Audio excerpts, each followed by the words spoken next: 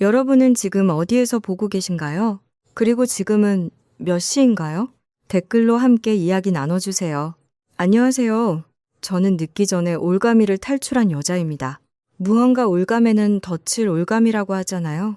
저는 자칫 잘못했다간 그런 올가미에 얽혀 크게 고생할 뻔한 적이 있었어요. 정말 다행인 건 발을 담근 덫에 온몸이 칭칭 휘감기 전에 탈출했다는 사실이었죠. 거두절미하고 대체 제게 무슨 일이 있었는지 그 이야기를 지금부터 해보도록 하겠습니다. 저는 남동생을 하나 둔 일남일녀의 장녀로 결코 화목했다고는 말할 수 없는 가정에서 자랐어요. 부모님은 이럴 거면 왜 결혼했는지 모를 정도로 정말 하루가 멀다고 다투시던 분들이었죠. 엄마는 가족과의 시간을 정말 중요하게 여기던 분이었습니다. 반면 아빠는 친구들과 술만 좋아하며 가정엔 소홀한 사람이었어요. 그래서 두 분 사이의 다툼은 잦아들 새가 없었고 결국 제가 13살 때 이혼하시더라고요. 아빠는 자유롭게 살고 싶다며 처자식을 버린 겁니다. 그 후 엄마는 마트에서 일하며 혼자 우리를 키워주셨죠. 최소한 아빠와 함께 살 때보단 우리 모두 행복했습니다. 저와 동생은 부모님이 싸우는 모습을 보지 않아도 됐고 엄마도 스트레스 받을 일이 덜했으니까요. 하지만 엄마 자신은 이혼녀가 됐다는 사실을 받아들이기 많이 힘들어하셨고 숨어 울던 엄마를 달랜 것도 여러 날이었네요. 아빠와 이혼하며 엄마가 재산 분할받은 돈과 양육비도 있고 나중에는 엄마가 직접 마트까지 차리셨기에 저희 집이 금전적으로 힘든 편은 아니었어요. 하지만 마음이 너무 불안한 성장 과정을 거쳤기에 저는 결혼에 대한 환상이 없었습니다. 절대 결혼을 안 해야겠다는 건 아니지만 굳이 하고 싶진 않다는 주의였지요. 그냥 나중에 돈을 벌면 엄마에게 효도하며 인생을 즐겨야겠다는 생각을 가지고 있었어요. 그런데 제가 31살 때 아빠란 사람이 어떻게 제 연락처를 알고 연락을 해왔더라고요. 그러고는 한다는 말이 자신이 시한부 선고를 받았다고 하더라고요. 거의 2년을 투병했는데 결국 얼마 전에 가망 없다는 말을 들었다면서 그냥 너무 외롭고 무서워서 네 연락처 좀 수소문해봤다고 잘 지내고 있냐고 묻더군요.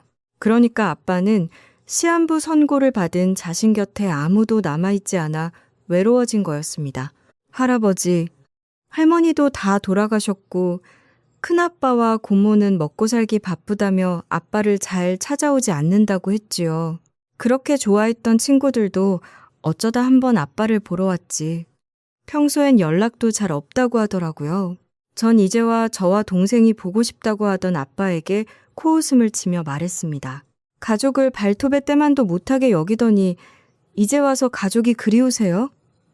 아빠가 암에 걸렸든 시한부 선고를 받았든 전 아빠 하나도 안 불쌍해요.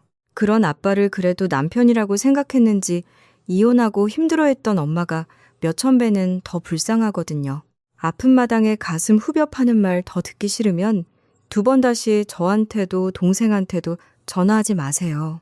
아빠의 대답을 들을 필요도 없다고 생각해 전화를 뚝 끊어버렸습니다. 그리고 아빠는 그 후 6개월을 더 살고 돌아가셨어요.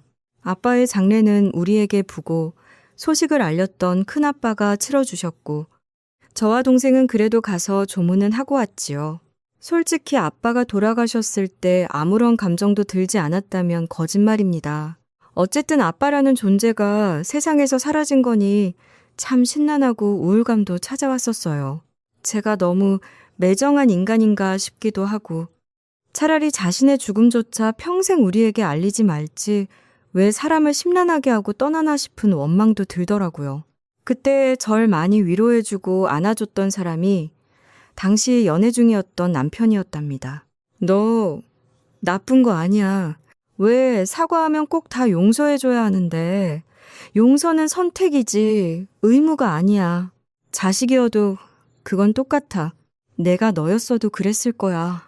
남편은 이렇게 고마운 말로 저를 위로하며 제 옆을 묵묵히 지켜줬습니다. 그런 시기가 겹쳤기에 전 남편과의 결혼을 어렵게 결심할 수 있었지요. 전 앞서 말했듯 원래 결혼은 별 뜻이 없는 사람이었어요. 그래서 친구 소개로 남편을 만났을 때도 확실히 그 이야기를 했었는데 연애 기간이 길어지자 남편이 자꾸 결혼 이야기를 꺼내더라고요. 나도 결혼은 해도 되고 안 해도 된다 주의였어. 어머니란 사람이 아버지랑 이혼하고 얼마 안 돼서 우리를 한 번도 안 찾아왔었거든. 그래서 결혼이라는 게 그렇게 영원한 것 같지도 않아서 별로 부질없이 느껴지더라. 근데 우리 형 작년에 결혼했잖아. 형이 형수님이랑 결혼하고 너무 행복하게 사는 거야. 그래서 나도 수빈이 너랑 결혼하면 그래도 행복하게 살 수 있을 텐데 이런 생각이 자꾸 들더라고.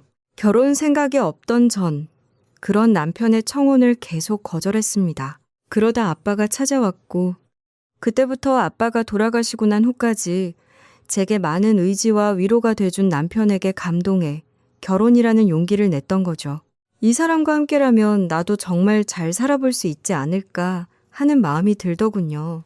엄마와 동생은 그런 제 결심을 진심으로 축하하고 응원해줬습니다. 그렇게 결혼해서 만난 시댁은 저희 집처럼 이혼 가정이었어요. 집은 시어머니와 성격 차이로 이혼한 후 혼자 세탁소 운영하며 시아주버님과 남편을 키우신 분이었지요. 시어머니가 바람을 피운 건 아니었지만 이혼하고 2년 만에 재혼하자 시아버지가 크게 배신감을 느끼셨다고 하더라고요. 시아버지는 너희들 엄마는 이혼 전부터 바람을 피웠을 거다. 너희들 엄마는 배신자다 라는 말로 시어머니를 저주하며 자식인 시아주버님과 남편만 보고 사셨다고 하더군요. 그래서 그런지 시아버지가 온전히 믿는 사람도 딱 시아주버님과 남편뿐이었고요. 시아주버님의 아내인 형님과 저도 마음 놓고 믿지 못할 정도로 그렇게 사람에 대한 불신도 많으셨지요. 이상하다. 내가 분명 어제 20만 원을 찾았는데 왜 10만 원밖에 없지? 어느 날 시댁에 갔는데 시아버지 지갑에서 돈이 좀 비었나 보더라고요. 그런데 시아버지가 자꾸 저와 형님을 의심스럽게 쳐다보는 겁니다. 그리고 남편과 시아주버님도 있는데 우리에게만 이렇게 묻더라고요. 너희들 혹시 오늘 와서 내 방 들어갔었냐? 아니요. 안 들어갔는데요. 그때 전 결혼 초라 당황했었는데요. 형님은 아주 익숙한 듯 한숨을 쉬며 말했습니다.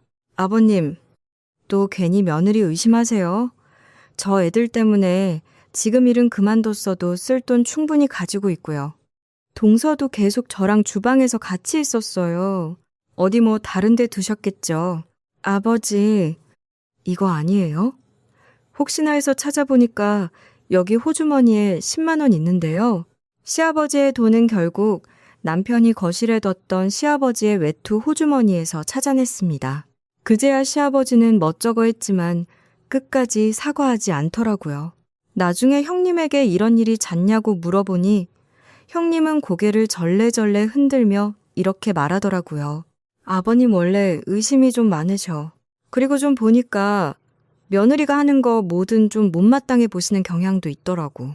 동서 시집 오기 전엔 그냥 내가 마음에 좀 안 드시나 보다 했는데 오늘 동서한테도 똑같이 그러시는 걸 보니 며느리들한테 다 똑같으신 것 같네. 이혼하셨다는 어머님에 대한 원망이 괜히 우리한테 번진 건지 그건 잘 모르겠지만 그 후 겪어보니 형님 말처럼 시아버지는 정말 자기 자식들만 챙기며 며느리들을 보는 눈초리가 곱지 못하더군요. 어느 명절날의 일이었습니다. 그날 친정에 가기 전 형님과 전 잔뜩 남은 음식들을 조금씩 나눠 싸고 있었거든요. 시아버지 혼자 드실 음식은 남겨두고 나머진 집으로 챙겨가려고요. 그런데 갑자기 시아버지가 우리에게 이러는 겁니다. 너희들 그거 다 친정 가져다 주러 가는 거 아니야?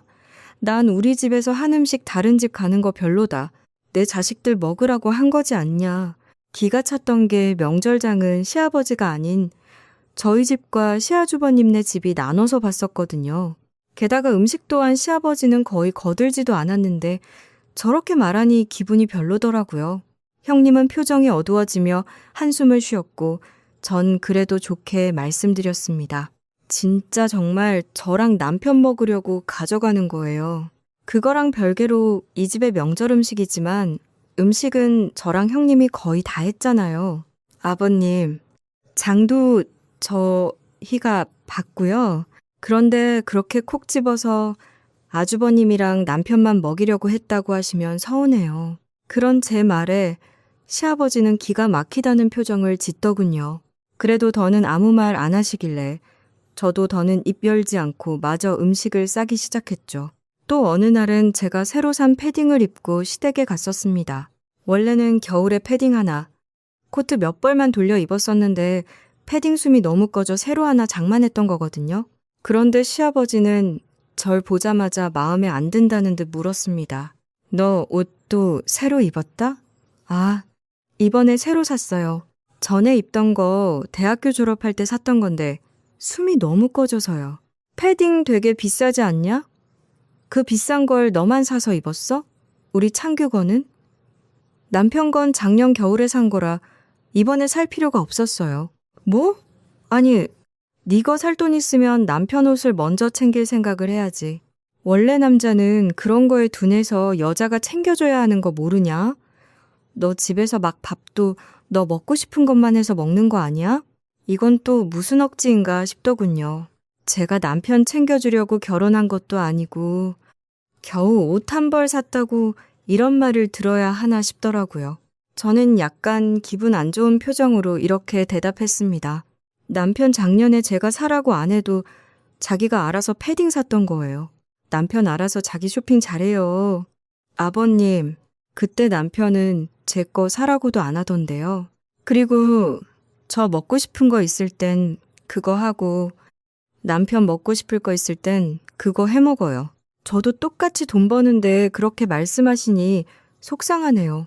아버지, 집사람 필요해서 산 건데 왜 괜히 그러세요? 아들 민망하게. 남편이 제 말을 거들며 곤란한 기색을 보이자 시아버지는 흥하고 콧방귀를 뀌시더군요.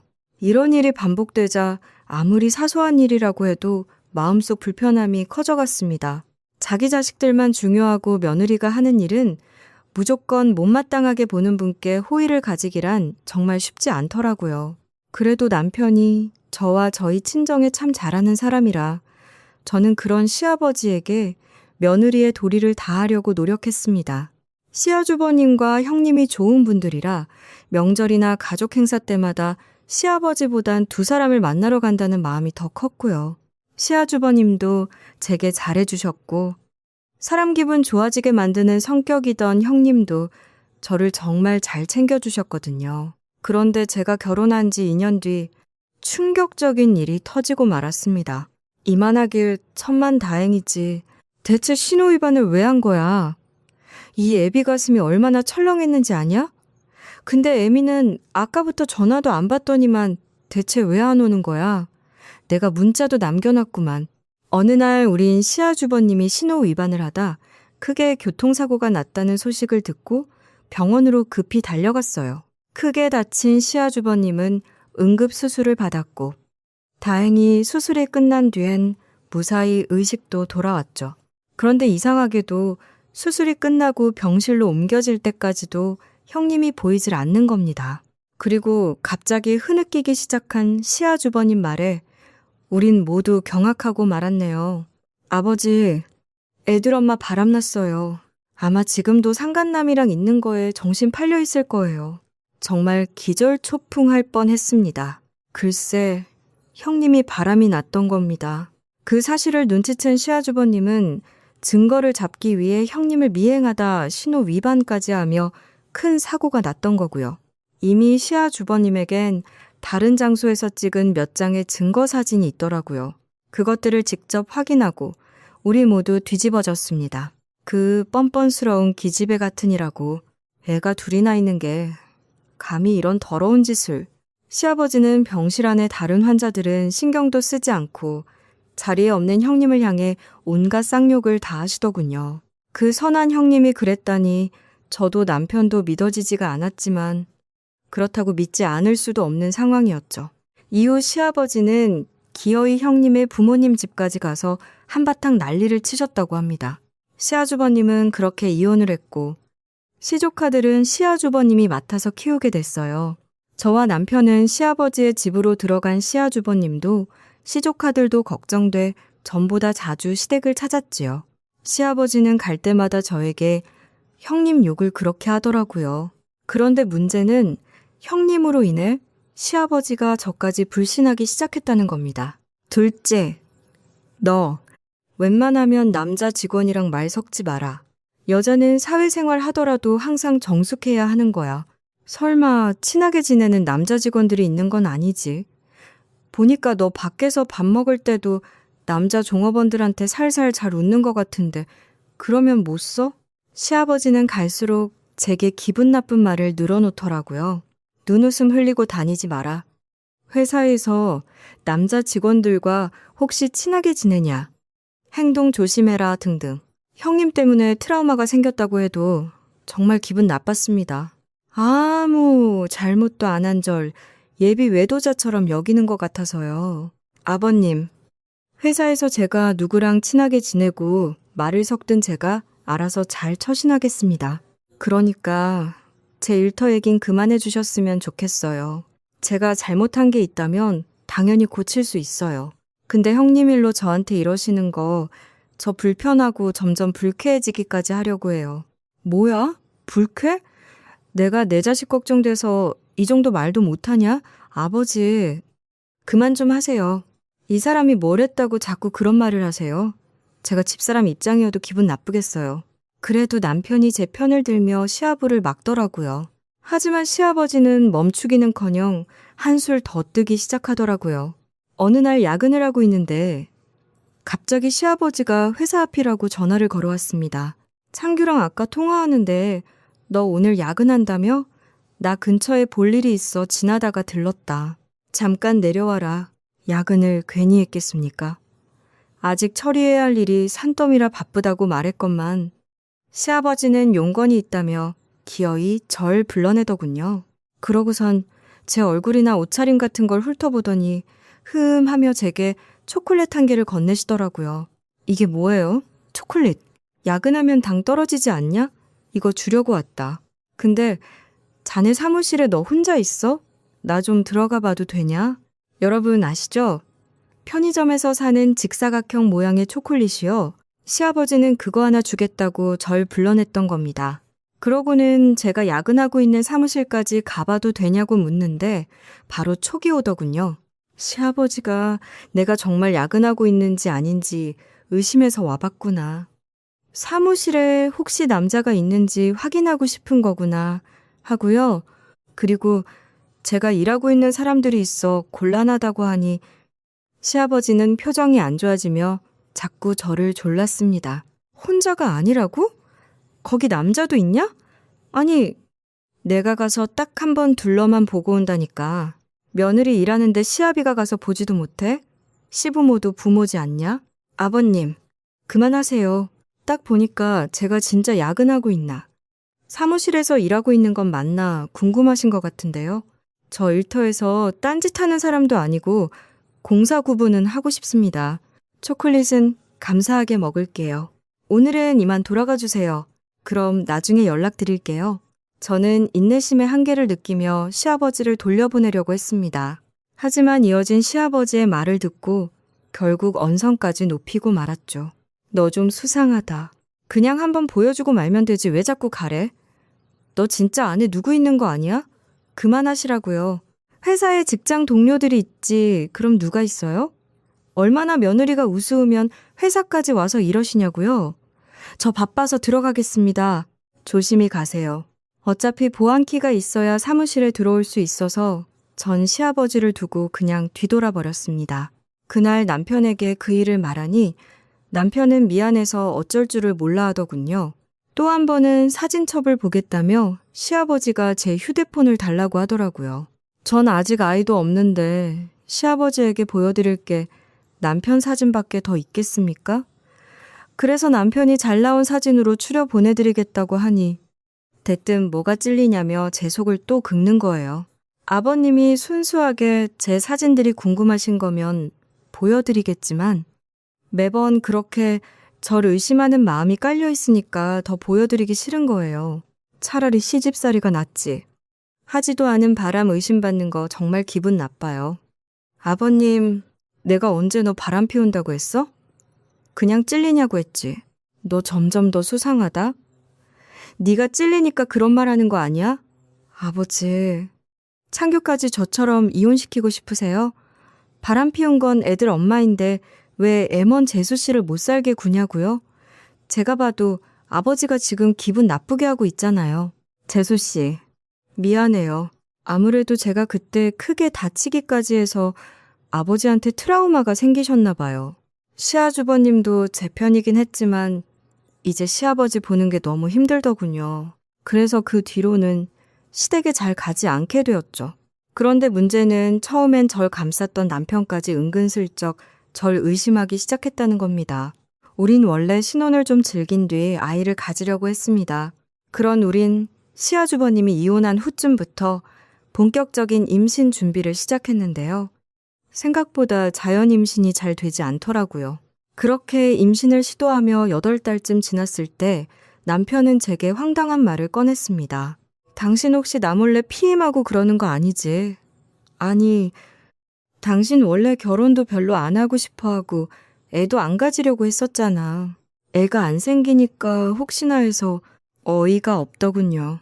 그동안 아이 준비한다고 노력한 게 얼마인데 저런 말을 하나 싶었거든요. 저에 대한 신뢰가 저렇게 없나 싶어 저는 팩 쏘아붙였습니다. 내가 언제 당신한테 신뢰를 못 준 적 있어? 애 안 생겨서 당신만큼 속상한 게 나야. 그동안 몸 만든다고 회식 때도 핀잔 들어와가면서 술 거절하고 영양제도 얼마나 챙겨 먹었는데 그걸 다 아는 사람이 어떻게 그런 말을 해. 아, 그냥 혹시나 해서 한 말이지. 장난이야. 장난. 조크 서운하고 화가 났지만 남편이 미안하다고 싹싹 빌길래 우선 화를 풀었습니다. 그리고 우린 함께 난임 검사를 받았는데요. 문제는 제가 아닌 남편 쪽에 있었더군요. 결과를 들은 남편은 제게 미안한지 고개도 못 들더라고요. 이후 우린 시험관 시도를 시작했는데요. 2번의 시도에도 아이가 잘 들어서질 않더군요. 말이 쉽지. 제 손으로 배에 주사 놓는 것도 영 적응이 안 됐고 부작용으로 몸이 부어 무겁고 감정 기복도 심해져 너무 힘들었습니다. 결국 저 몇 달의 노력 끝에 남편에게 시험관 시도를 잠시 쉬자고 말했어요. 아예 그만두자는 게 아니라 잠시만 쉬자고. 주기적으로 병원 가느라 회사에 휴가 쓰는 것도 눈치 보인다고요. 그런데 그 이후 남편은 시아버지와 비슷한 행동을 보이기 시작하더군요. 언제부턴가 남편은 자기 회사가 일찍 끝나면 쏜살같이 절 데리러 왔더라고요. 처음엔 고마웠습니다. 시험관 시도로 힘들어했던 절 배려해주는 건가 싶어서요. 하지만 그것은 제 착각이었더군요. 남편이 시아버지처럼 저를 의심하기 시작했던 겁니다. 제가 여자 차장님과 둘이 1박 2일로 지방 출장을 간 날, 갑자기 남편이 시도 때도 없이 전화를 걸더군요. 여보, 잘 가고 있어? 이제 잠깐 휴게소 들르려고. 근데 같이 가는 분 남자라고 했나? 이름이 뭐라고 했지? 어제도 2번이나 물었잖아. 김은지 차장님이라고. 여자분이야. 아, 끊을게. 이따 통화해. 처음에는 아무 생각 없이 전화를 받았고 2번째는 무슨 일인가 싶어 전화를 받았는데요. 남편은 제가 정말 말했던 지방으로 출장을 가고 있는 건가 확인하듯 이런 식으로 묻더라고요. 또 왜? 아니, 어디쯤 갔나 해서. 뭐? 벌써 거기라고? 이상하다. 시간상 아까 그 휴게소에서 거기까지 가기엔 좀 빠른 것 같은데? 아니, 의심하는 건 아니고 그냥 차가 안 막히나 보다 한 거지. 근데 차장님이랑 뭐 기념사진 같은 거 안 찍어? 찍어서 한번 보내봐. 차장님 얼굴 궁금하다. 원래 시아버지가 제게 하던 행동이 없었으면 그게 절 의심해서 그러는 건가 하는 생각은 곧바로 하지 못했을 겁니다. 하지만 제가 시아버지에게 당한 게 있다 보니 이 사람이 날 의심하고 있는 건가 싶더라고요. 전 우선 사람 곤란하게 왜 이러냐며 전화를 끊었지요. 차장님과 그렇게 허물없는 사이도 아니었으니까요. 그런데 1시간 뒤, 그리고 또 30분 뒤에 남편은 계속 전화를 걸더군요.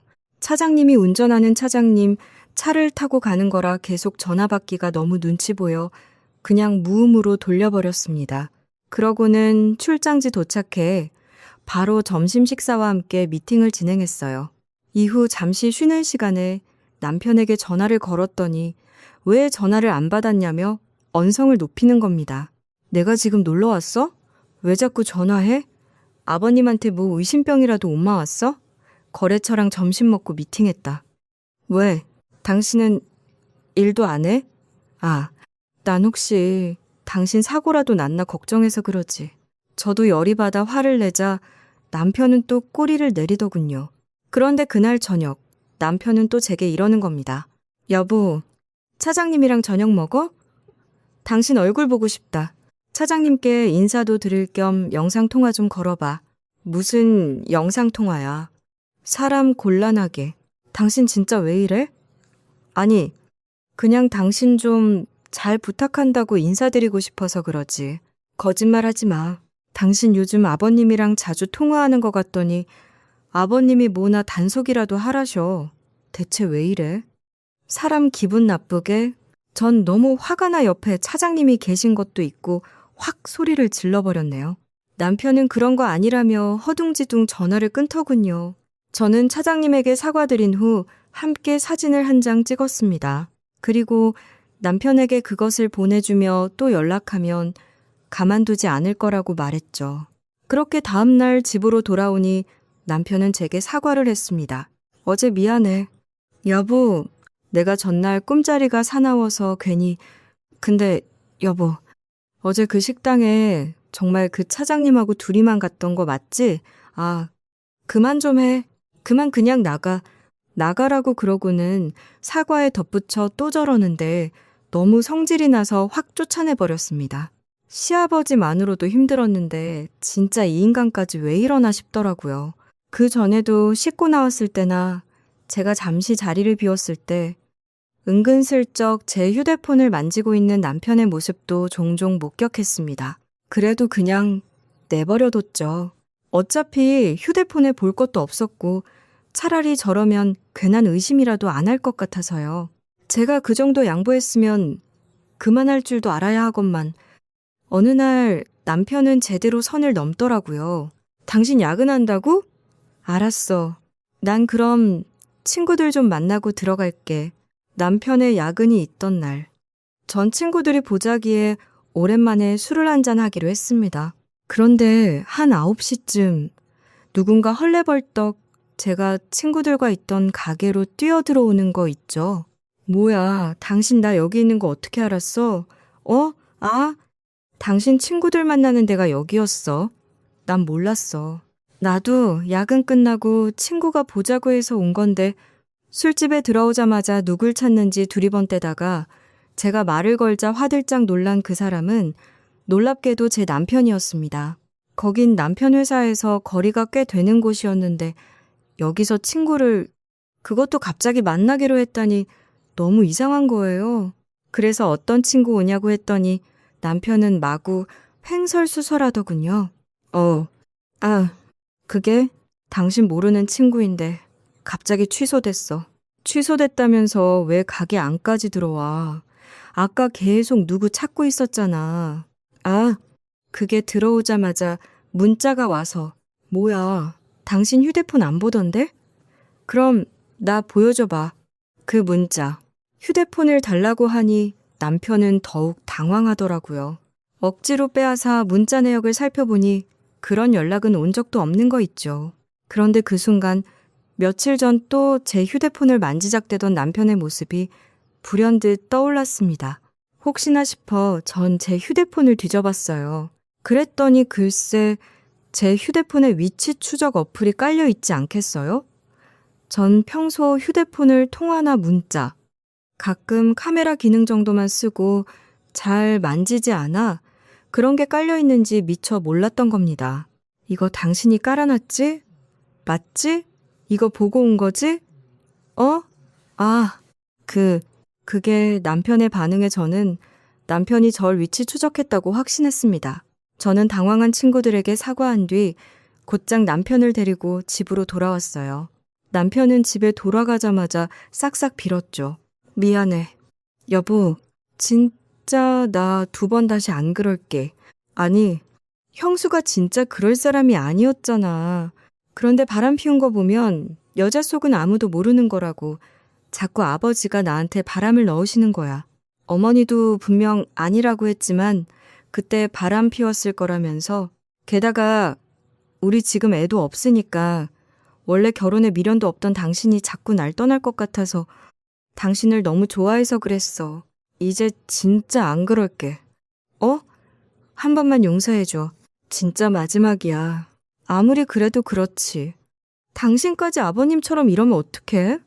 나 진짜 불쾌하고 자존심 상해. 내가 왜 그런 의리 없는 인간이란 의심을 받아야 하는지 모르겠다고. 당신 이거 범죄야.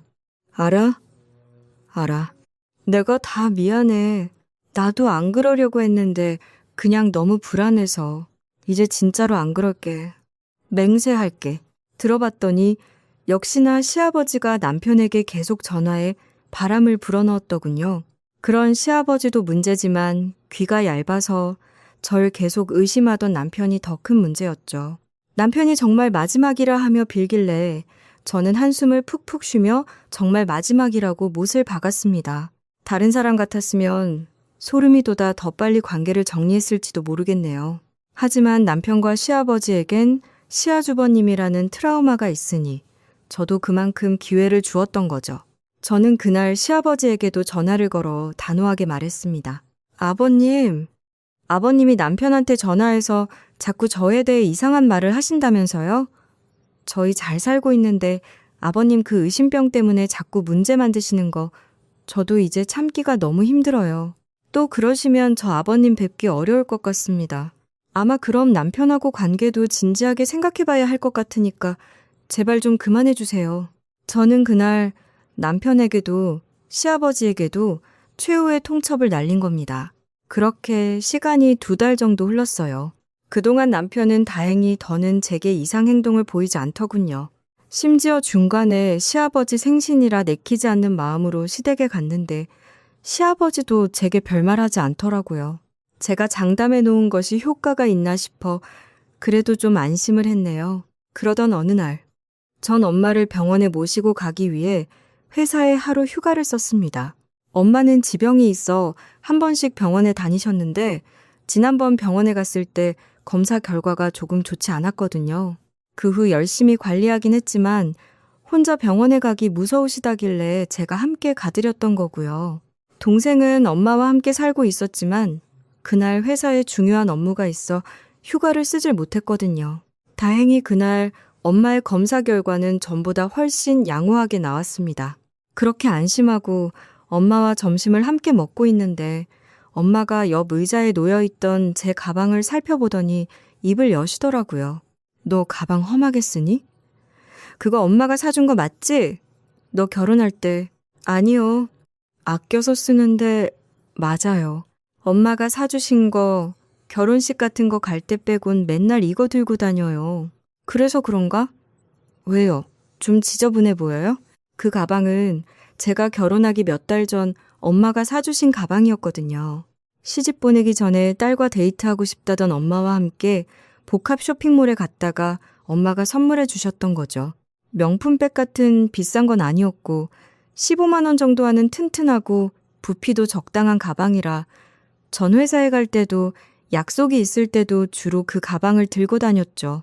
편하기도 하고 원래 가방은 이것저것 바꿔서 매는 타입이 아니었거든요. 엄마는 제 가방 아래쪽을 가리키며 말씀하셨어요. 저기 아래가 좀 해졌네. 찢어진 건지 해진 건지. 어머, 그러네. 자주 바닥 쪽으로 내려놔서 그런가 봐요. 이거 수선해야겠다. 엄마가 잘 보셨네요.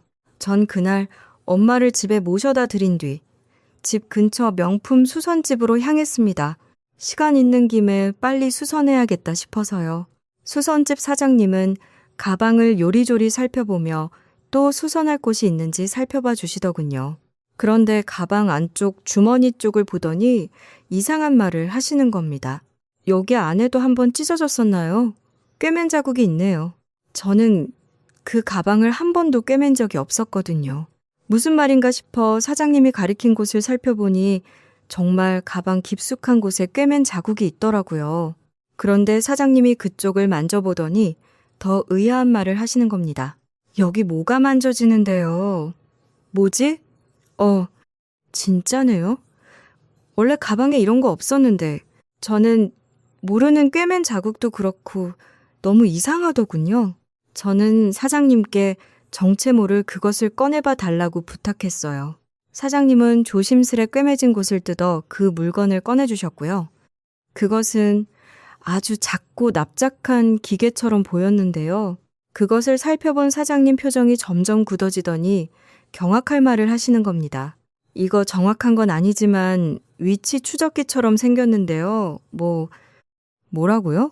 제 아는 사람이 중고 전자기기 쪽 일을 해서 이런 소형 기계들을 몇 번 본 적이 있었거든요. 거기서 본 위치 추적기랑 되게 비슷하게 생겼어요. 위치 추적이라니. 이게 대체 무슨 일이란 말입니까? 그 순간 머릿속엔 당연히 남편이 떠오르더라고요. 우선 전 너무 소름이 돋고 놀라 바로 경찰서로 달려갔습니다. 그게 위치 추적기가 맞는지 주인을 알아낼 수 있는지 알아보려니 경찰서밖에 생각이 안 나더군요. 경찰은 그 기계를 살펴보더니 위치 추적기가 맞는 것 같다고 말해주었어요. 그리고 범인을 알아내기 위해 국가수에 보내 조사할 수 있고 결과가 나오려면 며칠은 걸린다고 하더군요. 이어서 혹시 의심 가는 사람이 없냐는 경찰의 질문에 전 솔직히 대답했습니다. 확실하진 않지만 저희 시아버지나 남편이 좀 원래도 절 의심했었거든요. 제 말을 들으며 키보드를 두드린 경찰은 우선 위치 추적기부터 조사해보자며 제 진술은 기록에 남겨두겠다고 했습니다. 그렇게 전 위치 추적기를 맡기고 집으로 돌아왔죠. 그날 저녁 남편은 제게 퇴근 후 전화를 걸더군요. 그러고는 어디냐고 묻기에 집이라고 대답하니 남편은 미심쩍다는 듯 말했어요. 집이라고? 정말? 그런 남편의 말에 점점 확신이 들었습니다. 위치 추적기로 확인하면 제 위치가 집이 아니라고 뜨거나 아예 꺼져 있을 테니 그런 반응을 보이는 거라고 생각했어요. 그날 집으로 들어온 남편은 은근슬쩍 옷을 갈아입는 척하며 제 가방을 찾더라고요. 여기 맨날 걸어놓는 당신 가방이 안 보이네? 눈썰미도 좋네. 그거 수선집에 맡겼어. 여기저기 해진 데가 많아서 수선집이란 말에 남편은 흠칫하더라고요. 그러고는 제 눈치를 계속 살피는데 전 일부러 모르는 척 했습니다. 이쯤 되니 남편이 범인이 아닌 게 더 이상했죠. 역시 남편이 한 짓이란 확신이 들더라고요. 그때부터 전 서서히 남편 숨통을 조이기 시작했죠. 전 우선 남편에게 위치 추적기를 발견했다는 사실을 말했습니다. 아, 근데 있잖아. 나 아까 수선집에 가방 맡기면서 막 소름 돋는 거 찾았잖아. 소름 돋는 거? 뭐? 위치 추적기. 그게 글쎄 가방 안감 안에 들어있더라고. 와, 진짜 지금 생각해도 소름 돋는다. 그래서 나 바로 경찰서 가서 조사 접수하고 왔어. 뭐? 경찰? 경찰이란 말을 듣자 남편은 완전히 뒤로 넘어가더군요. 제가 천연덕스럽게 왜 이렇게 놀라냐고 말하니 남편은 더듬거리며 이렇게 말했어요. 아니, 대체 누가 당신 가방에 그런 짓을 해? 나도 너무 놀라서 그러지. 근데 굳이 경찰에 맡길 필요까지 있나? 며칠이나 걸린다고 했다며. 범인이 누군지도 모르고. 아, 당신 무서워서 어떻게 기다려? 그러지 말고 도로 못 찾아오나? 내가 사설업체 같은 데 맡겨줄게. 그럼 금방 알아낼 수 있을 거야. 아니야, 난 경찰이 더 믿음직스러워. 남편은 어떻게든 빠져나갈 구멍을 찾고 싶어 하는 것 같았어요. 하지만 제가 단호하게 말하자 거의 겁에 질린 사람처럼 얼굴이 하얗게 질렸죠. 그리고 다음날 남편은 일하고 있던 제게 계속 연락해 경찰에게 연락이 왔냐고 묻더군요. 도둑이 제 발 저린 거죠. 저는 그런 남편에게 일부러 약을 올려보았어요. 결과 아직 안 나왔대? 아니면 다른 연락 온 건 없고 며칠 걸린다고 했으니까 아무튼 누군지 잡히면 진짜 가만 안 둘 거야. 감히 우리 엄마가 선물한 가방에 손댄 것도 모자라 나한테 이런 짓을 한다고? 그런 건 형사처벌 대상이라더라. 벌금형이든 뭐든 난 절대 선처 안 해줄 거야. 형사처벌이란 말에 남편은 거의 숨 넘어가는 소리를 해댔습니다.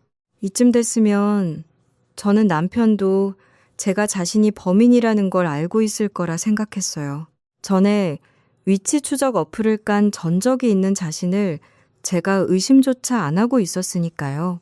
그랬으니 더더욱 똥줄이 타고 있었을 겁니다. 그렇게 3일쯤 지났을 때 전 새벽에 화장실이 가고 싶어 잠에서 깼습니다. 그때 거실에서 몰래 시아버지와 통화하고 있는 남편의 목소리를 듣게 됐지요. 안방문이 살짝 열려 있었거든요. 저는 모든 증거를 남겨야겠다 싶어 조용히 휴대폰 녹음 버튼부터 눌렀습니다. 아, 그렇다니까요. 아버지, 위치 추적기 숨긴 게 저라고 밝혀지면 저 끝장이에요. 저 이제 어떡해요. 아버지가 저한테 그런 아이디어 준 거잖아요. 전 아버지 아니었으면 가방 안에 위치 추적기 같은 거 숨길 생각까지 안 했을 거란 말이에요. 그것도 아버지가 직접 넣어서 박음질까지 해주신 거잖아요. 그거 집사람이 결혼식 때문에 다른 가방 들고 나간 날 몰래 가져오라고 하셨잖아요. 아, 저 진짜 너무 불안해서 잠도 안 와요. 집사람이 뭔가 눈치챈 것 같은데 저한테 아무 말도 안 하니까 더 미치겠다고요. 슬쩍 내다보니 남편은 안절부절 못하는 걸음걸이로 거실을 서성이고 있더군요. 그러고는 시아버지와 통화할수록 답답하다는 표정을 지으며 전화를 끊었습니다. 그 통화 덕에 시아버지가 공범이라는 증거도 남길 수 있었던 전 뒤에서 큰 소리로 남편을 놀래켰어요. 야, 당신 혼자 한 게 아니라 부자 합작이었어? 아주 대단하네. 아주 대단한 집안이야. 으악, 당신 안 자고 있었어? 이거 다 들은 거야? 운 좋게 내가 잠에서 깼지 뭐야? 당신 요 며칠 계속 이렇게 밤샜겠네? 불안해서 어쩐지 다크서클이 장난 아니더라. 남편은 거의 귀신 본 사람처럼 펄쩍 뛰더라고요. 자기 입으로 자백까지 슬슬 불었겠다. 충분히 몰아붙였겠다. 저는 더는 숨기지 않고 비아냥댔습니다. 그러자 남편은 항상 그랬듯 바로 제게 빌더라고요. 여보, 내가 잘못했어. 무조건 다 잘못했어. 역시 당신 다 알고 있었지. 알면서 왜 사람 숨막히게 입 다물고 있었어. 괘씸해서 그랬지. 어디 좀 타보라고. 어차피 경찰에서 결과 나오면 당신 짓인 거 다 밝혀질 테니까. 근데 부자 합작품일 줄은 몰랐네. 이제 다 들켰겠다. 당신 뭐 해야 하는지 알겠지? 나 이혼 서류 준비해놨으니까 도장 찍어. 처벌은 처벌이고 이혼은 이혼이니까 난 저번이 마지막 기회라고 분명히 말했다. 근데 이런 더 무서운 짓으로 자기 무덤 판 건 당신 자신이야. 제가 이혼을 입에 올리자 남편은 아예 엉엉 울기까지 하더군요. 여보, 진짜 잘못했어. 그냥 당신이 자꾸 형수처럼 날 배신할까봐 너무 불안해서 아버지까지 절대 마음 놓으면 안 된다고 하길래. 그래, 내가 경찰한테 처벌받을 테니까 제발 이혼만 하지 말아주라. 나 당신 없으면 안 돼. 아니, 시작은 이 정도 집착이지만 살면 살수록 당신 집착은 더 심해질 거야. 다들 이렇게 시작한다더라. 난 그동안 당신한테 충분히 고칠 기회 줬고 당신은 고쳤을 인간이 아니라는 거 알려준 건 당신이야. 난 내 인생 아까워서라도 당신하고 절대 못 살아. 내가 앞으로는 절대 안 그런다고 했잖아. 내 말 무시해? 그 순간 눈에서 별이 보이더군요. 싹싹 빌던 남편은 갑자기 돌변하며 제게 손찌검을 했던 겁니다. 그러고는 자기도 놀랐는지 자기 손바닥을 내려다보다 저를 원망하더라고요. 그러니까 이혼 얘기 왜 해가지고 내가 진짜 안 그런다니까. 그러니까 우선 진정하고 진정은 당신이나 해. 거봐. 벌써 이렇게 자기 뜻대로 안 되니까 손찌검까지 하잖아. 당신 진짜 내 생각보다 훨씬 더 최악이었구나. 어디 두고 봐. 난 이번엔 절대 안 넘어갈 테니까. 전 울분에 차소리 지르며 바로 도망을 쳐버렸습니다. 눈이 돌면 그놈이 무슨 짓을 할지 몰랐으니까요. 그렇게 친정으로 향한 절 보며 엄마와 동생은 경악하고 말았죠. 그런데 다음날 남편은 겁도 없이 용서를 구하겠다며 친정까지 찾아왔더라고요. 여기가 감히 어디라고 와. 감히 내 딸한테 손을 대? 결혼 안 하겠다는 애 꼬시고 꼬셔서 데려가더니 이러려고 그랬냐고. 오늘 아주 네 제삿날인 줄 알아. 그놈에게 문을 열어준 엄마는 냅다 그놈에게 빗자루를 던져버리셨습니다. 그놈에게 맞지 않고 날아간 빗자루를 주워들고 엄마는 온 힘을 다해 그놈에게 달려드셨어요. 그놈은 비명을 지르며 아파트 복도에서 도망다녔고 동생마저 자신을 잡으려 들자 그대로 비상계단으로 도망가 버리더군요. 또 오면 아주 두 동강 내버릴 줄 알아. 내가 우리 딸한테 해준 건 없어도 최소한 아직 든든한 방패는 돼줄 수 있으니까 그땐 난생 처음 엄마가 지켜줘야 할 약한 존재가 아니라 든든한 존재처럼 느껴져 눈물이 나더군요. 그리고 얼마 뒤 역시나 위치 추적기가 남편의 소유라는 결과가 나왔더군요. 결국 남편은 경찰 조사를 받게 됐고 그와 별개로 전 진단서를 끊어 추가로 남편을 고소했습니다. 남편은 전화를 받지 않던 제게 이혼이든 고소든 한 번만 봐달라고 계속 문자를 보냈지만 저는 괘씸해서라도 답장하지 않았었네요. 저기 아가, 너 여기 있지? 사돈. 저입니다. 잠깐 이 문 좀 열어주세요. 랬더니 이번엔 아예 시아버지가 친정까지 찾아왔더군요. 엄마는 그런 시아버지에게 문은 열어주셨지만 현관으로 들이지도 않으셨어요. 시아버지는 엄마와 그 옆에 선 저를 향해 한껏 수그러진 모습을 보였습니다. 아가, 우리 창규한테 화난 거 아는데 애가 불안해서 그랬다지 않냐. 원래 걔가 너한테 얼마나 잘했냐. 그동안 나도 잘한 거 없으니 사과하마. 그래도 아직 우리 가족인데 이러면 사람들한테 망신만 당하는 거야. 그러니까 잊지 말고 좀 받아오. 이혼도 다시 좀 생각해보고. 창규가 너 아니면 안 된다고 얼마나 난리인지 몰라. 저기 사돈, 애들 부부싸움 한 번 했다고 사돈까지 이러지 마십시다. 예? 부부싸움이요? 꼭 그쪽 같은 부모들이 있죠. 자식이 죄를 지었으면 혼을 내야지. 그냥 애들 싸움인데 뭘 그러냐고 감싸는 한심한 인간들이요. 그쪽도 그쪽 아들도 엄연한 범죄를 저질렀고 난 이혼 외엔 다른 길 줄 생각 없습니다. 말로 하는 거 오늘까지예요. 다음에 또 오면 김치 싸대기라도 맞을 줄 아세요. 내 말 알아들었으면 이만 꺼져요. 저희 엄마 말 들으셨죠? 저는 그쪽들처럼 소름 돋는 사람들이랑 더 엮일 생각 없으니까 두 번 다시 찾아오지 마세요. 가시란 말 안 들려요? 그렇게 시아버지는 욕만 잔뜩 먹고 쫓겨났습니다. 이후 결국 남편은 제게 손찌검한 죄와 불법 위치 추적으로도 각각 2번의 벌금형을 받았네요. 벌금이 크진 않았어도 전과가 순식간에 2개나 생겼던 거죠. 그리고 시아버지 또한 불법 위치 추적에 대한 공범으로 함께 벌금형을 입게 됐습니다. 그 과정에서 웃기게도 시아버지와 남편 사이에서 집안 싸움이 났다고 하더군요. 남편은 어떻게든 자기만 빠져나가려고 다 시아버지가 시켜서 한 거고 가스라이팅 당한 피해자라고 우겼다더라고요. 자긴 절 믿었는데 시아버지 때문에 억울하게 이혼까지 하게 됐다면서요. 정말 비겁한 인간이었죠. 랬더니 처음엔 그놈을 위해 친정까지 찾아왔었던 시아버지도 열이 받았나 보더군요. 시아버지는 자기는 그냥 말만 한 거다. 실행에 옮긴 건 다 아들 책임이라며 아주 난리를 쳤다고 합니다. 자신이 직접 제 가방 속에 위치 추적기를 넣고 재봉질까지 해줬으면서요. 그 결과 두 부자는 아무도 빠져나가지 못하고 사이좋게 전과를 얻게 된 겁니다. 그 집에서 유일한 정상인이었던 시아주버님만이 제게 연락해 진심으로 사과를 하더라고요. 그리고 남편은 제게 이혼당하며 위자료도 지급해야 했죠. 다행히 아이도 없고 결혼기간도 길지 않았던 우리의 이혼은 복잡하지 않게 끝낼 수 있었답니다.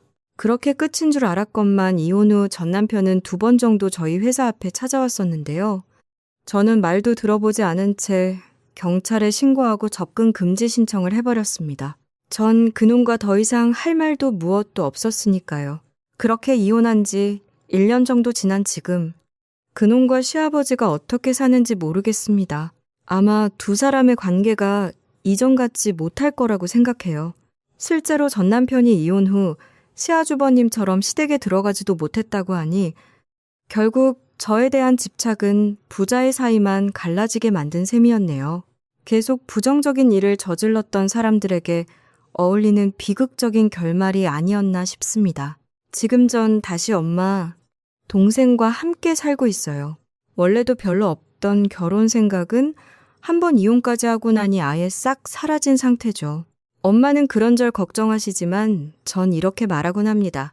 결혼이 아니어도 행복하게 살 방법은 많아요.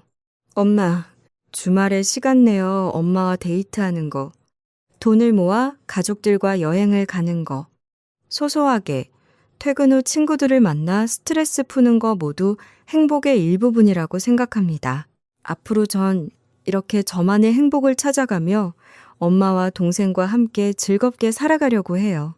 결혼 생활을 하며 겪었던 별의별 일들은 모두 나쁜 추억으로 묻어둔 채로요. 너무 사랑한다는 이유로 제 전남편처럼 집착하는 사람들이 있는데요. 저는 그 사람들에게 이 자리를 빌려 한마디 하고 싶습니다. 유명한 말을 인용해서요. 집착은 절대 사랑이 아닙니다. 상대방과 자신의 인생을 파국으로 밀어넣는 범죄일 뿐이죠. 진정으로 자신과 상대방의 행복을 원한다면 어떤 길을 걸어야 할지 신중하게 한번 고민해 보시길 바랍니다. 그럼 전 여기서 이만 사연을 마쳐보겠습니다. 들어주셔서 진심으로 감사드립니다. 오늘도 끝까지 함께 해주셔서 감사합니다. 듣고 싶은 이야기나 보고 싶은 주제가 있다면 댓글로 남겨주세요. 여러분의 이야기도 기다리고 있겠습니다. 영상이 재미있으셨다면 좋아요와 구독도 부탁드립니다. 다음 사연으로 다시 찾아오겠습니다.